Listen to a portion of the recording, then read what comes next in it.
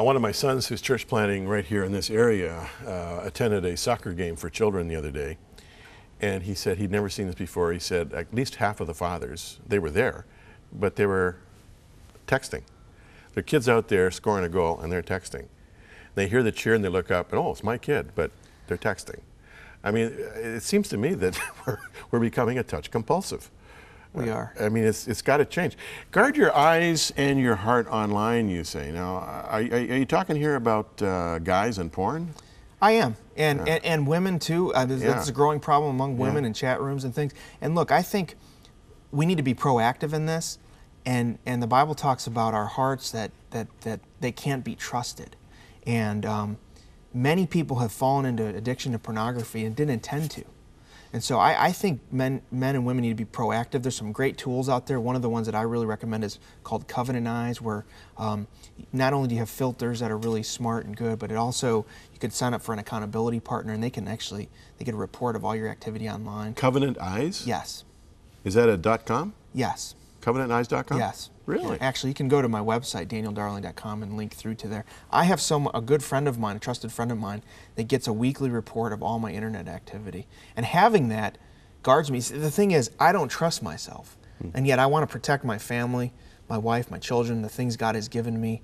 And so I want to stay away from this so I can pursue God's best. And it's a real growing problem for men and for women and kids especially. Well, you know, what you're talking about here is self-control, and self-control is one of the fruit of the Spirit. Yeah. In fact, we need to develop a series of sermons on self-control. Here you are, young pastor. There's a sermon idea for you. Great Give idea, God the glory. yes. Give God the glory with your online presence. Now, that sounds a little spiritual. What do you mean by that? Well, what I mean is, and I'm amazed increasingly at Christians that I know are professing Christians feel like when they get online, it's like they lose all sense of their identity as a Christian. They'll post things on Facebook, they'll swear, they'll post personal details. If you read the comment section of even Christian websites, articles, some of the comments are nasty. There are blogs out there that attack specific Christian personalities.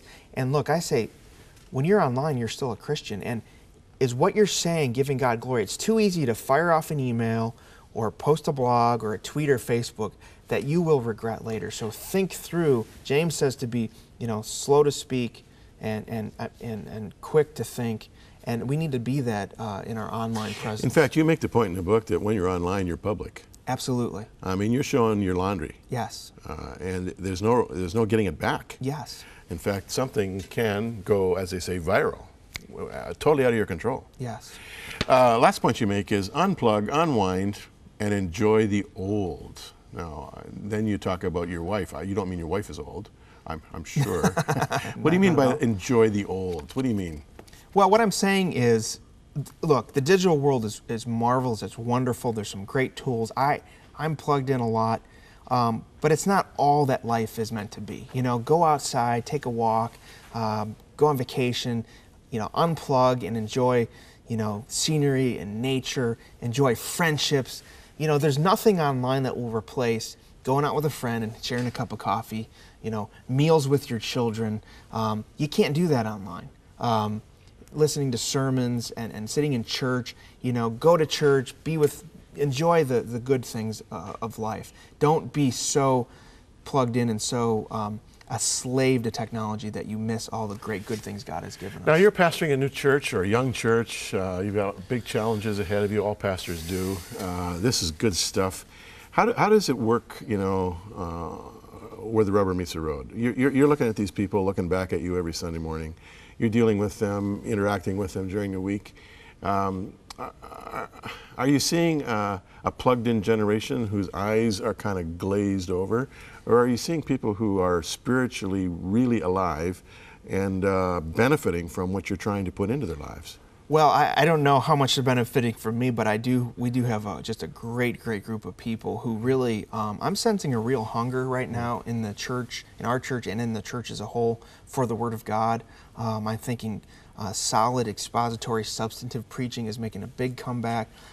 It's interesting, people are wanting more preaching and not less. That's I right. think the days of maybe a 20-minute sermon and a couple video clips and Over. a cool story are over. Yeah. People they're not complaining when you go overtime. They want you to go through a book of the Bible, look, times are tough right now for a lot of people, and they want to see the truth. So that's what I'm seeing, even among the younger generations. You know, we tend to stereotype the younger generation as being shallow.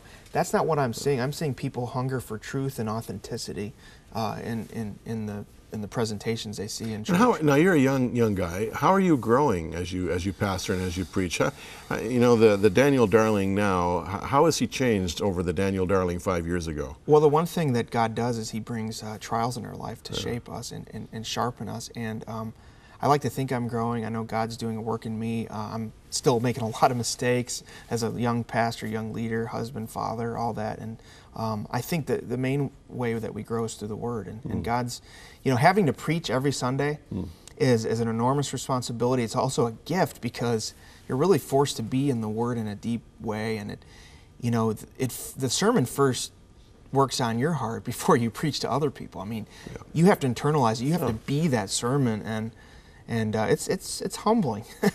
And I'm a work in progress. I'm working on a lot of these issues that I talked about in the book in terms of faith and technology and all that stuff. So tell me about your family.